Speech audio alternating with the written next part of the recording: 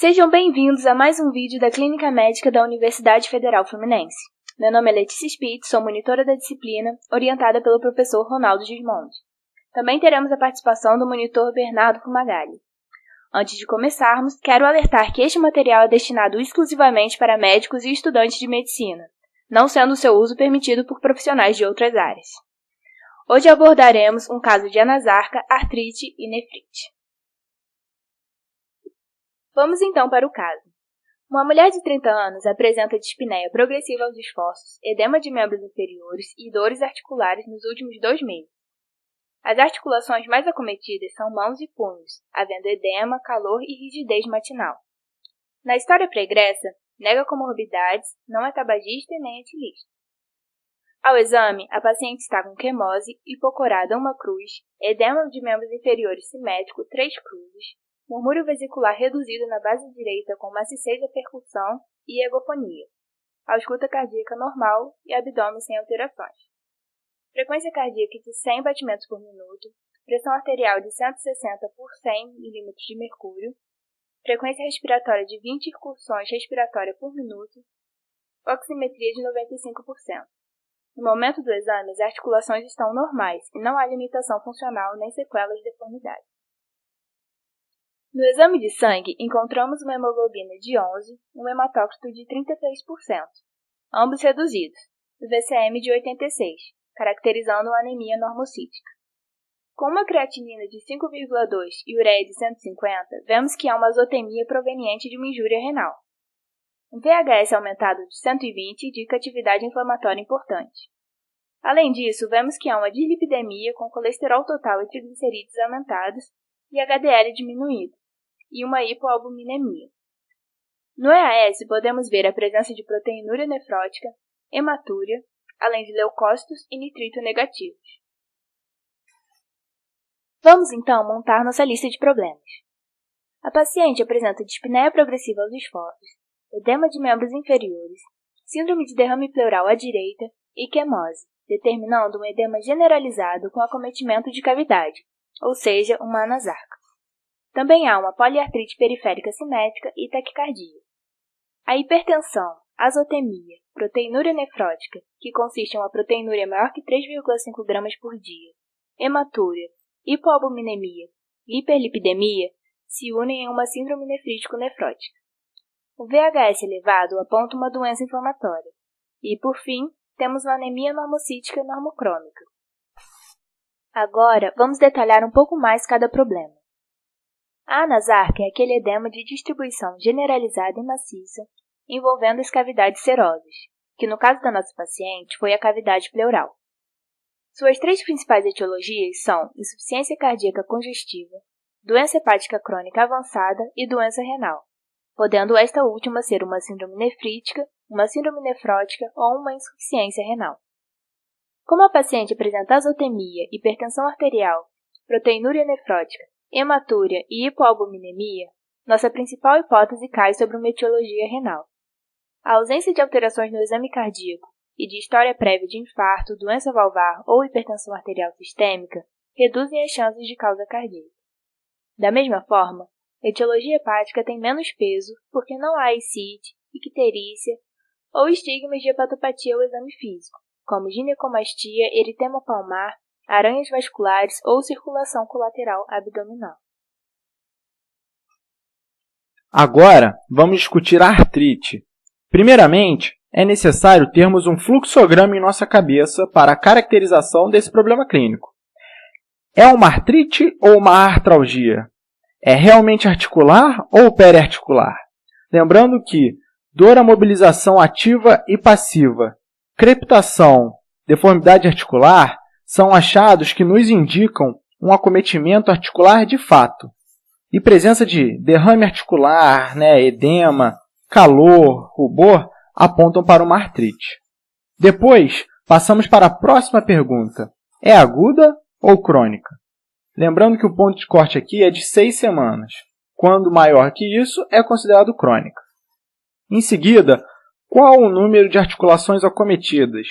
Quando uma articulação é acometida, chamamos de monoartrite. Se 2 a 4 articulações são afetadas, será uma oligoartrite.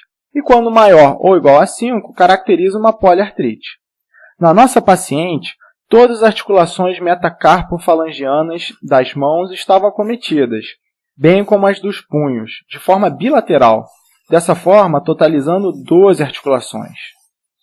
Depois disso, checaremos se há simetria. E, por fim, caracterizamos se as articulações são periféricas ou do esqueleto axial. Apesar de não constatarmos a artrite no momento do exame físico da paciente em questão, optamos por levar em conta o relato da história da paciente, com uma artrite por 1 mês e meio, sendo assim crônica, e uma poliartrite, de pequenas e médias articulações, simétrica e periférica. Vamos pensar nas possibilidades. Mulher, jovem, com poliartrite crônica simétrica periférica, nos faz pensar em um grupo de doenças como artrite reumatoide, lúpus eritematoso sistêmico, artrites virais, febre reumática, polimiosite e dermatomiosite. Se houvesse acometimento de articulações axiais também, ganharia força a hipótese do grupo das espondiloartropatias soronegativas.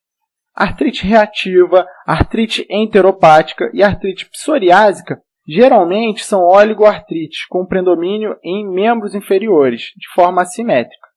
Assim, as principais hipóteses são artrite reumatoide pelo padrão crônico, poliarticular, de pequenas articulações, cumulativo, de caráter simétrico e sintomas sistêmicos associados. E também o lúpus eritematoso sistêmico, porque o lúpus é um grande camaleão e pode se manifestar das mais diversas formas. A paciente também apresenta uma síndrome nefrítico-nefrótica, com sobreposição das características das síndromes glomerulares principais. Mas você lembra a diferença entre as duas? Primeiro, a síndrome nefrítica é composta por oligúria, edema, hipertensão arterial, hematúria e dismorfismo eritrocitário, ou cilindros hemáticos, que são a mesma coisa. Já na síndrome nefrótica, se apresenta com proteinúria nefrótica maior do que 3,5 gramas em 24 horas, hipoalbuminemia, edema e dislipidemia. Para a síndrome nefrítico-nefrótica, há causas primárias, aquelas de origem propriamente renal, e causas secundárias, que se encaixam mais no caso, pela presença de outros comemorativos de caráter sistêmico que a paciente apresenta. As causas secundárias principais são do grupo de neoplasias, com destaque para as hematológicas, como os linfomas e leucemias, o grupo de infecções, podemos citar aqui alguns destaques como hepatites B e C, sífilis, HIV, endocardite infecciosa, e o grupo das doenças autoimunes, com destaque para colagenoses, as vasculites e raramente a artrite reumatoide, causando uma síndrome nefrítico-nefrótica. Em relação à anemia, o primeiro passo da investigação é solicitar a contagem de reticulócitos no sangue periférico. Quando essa contagem encontra-se elevada, vemos que há um alto número de células precursoras da hemácia no sangue, devido a uma eritropoiese aumentada na medula óssea, caracterizando uma anemia hiperproliferativa. Isso ocorre quando há perda de hemácias de forma rápida, como na hemólise e na hemorragia aguda. Caso o número de reticulócitos dê normal ou reduzido, classificamos a anemia como hipoproliferativa e devemos prosseguir a investigação analisando o volume corpuscular médio apresentado no hemograma. Um VCM diminuído, isto é, menor que 81, caracteriza a anemia microcítica, cuja causa pode ser déficit de ferro, anemia de doença crônica, talassemia, anemia sideroblástica ou uma intoxicação por chumbo. Quando a anemia é normocítica, na qual o VCM está entre 81 e 99, temos como causas a anemia de doença crônica, déficit de ferro em sua fase inicial e doenças da medula óssea, como aplasia ou mielofibrose, e também pode ser até fisiológica. Já na anemia macrocítica, com VCM maior que 100, devemos pensar em deficiência de vitamina B12 ou folato, uso de medicamentos, mielodisplasia, hipotiroidismo e até a doença hepática. No caso da nossa paciente, a anemia é normocítica normocrômica, sendo importante a contagem de reticulócitos para se diferenciar se é proveniente de uma doença da medula óssea ou de destruição periférica. Após montarmos a nossa lista de problemas e diagnósticos sindrômicos, chega a hora de pensarmos nas hipóteses principais que possam explicar o caso clínico. Lembrando que o raciocínio clínico parte sempre de alterações temporalmente relacionadas, sendo desencadeadas, até que se prove o contrário, por uma doença apenas. Assim, nos é apresentado, neste caso clínico da paciente, um quadro inflamatório que cursa com uma anasarca de etiologia renal, pela síndrome nefrítico-nefrótica apresentada, por uma poliartrite periférica e anemia de doença crônica. As principais hipóteses são uma doença autoimune, com destaque para o lúpus eritematoso sistêmico. A artrite reumatoide também poderia ser uma causa, porém ela raramente acomete o rim, com uma nefrite como a descrita no caso. Pensando no grupo das vasculites, não constatamos clínica exuberante de inflamação vascular, como na arterite Takayasu, poliangeite microscópica, granulomatose de Wegener ou uma vasculite crioglobulinêmica. Ou até podemos pensar numa doença infecciosa, sendo necessário descartar a infecção por HIV, sífilis, hepatite B ou C. Para iniciarmos a investigação da dispneia e da anasarca, além dos exames já solicitados, uma radiografia de tórax em PA em decúbito lateral com raios horizontais seria suficiente para confirmar o achado de síndrome de derrame pleural. Pensando agora na investigação da poliartrite simétrica, é indispensável a solicitação de marcadores inflamatórios e autoanticorpos, como FAN, pensando no grupo de colagenoses. Anti-DNA dupla hélice, anti-SM e os anticorpos antifosfolipídios são importantes, pois são critérios classificatórios do lúpus eritematoso sistêmico. Solicitamos também fator reumatoide, anti-CCP, que é o antipeptídeo citrulinado cítrico, pensando em descartar a artrite reumatoide. Além disso, uma imagem das articulações seria bem-vinda, como uma radiografia articular de mãos e punhos.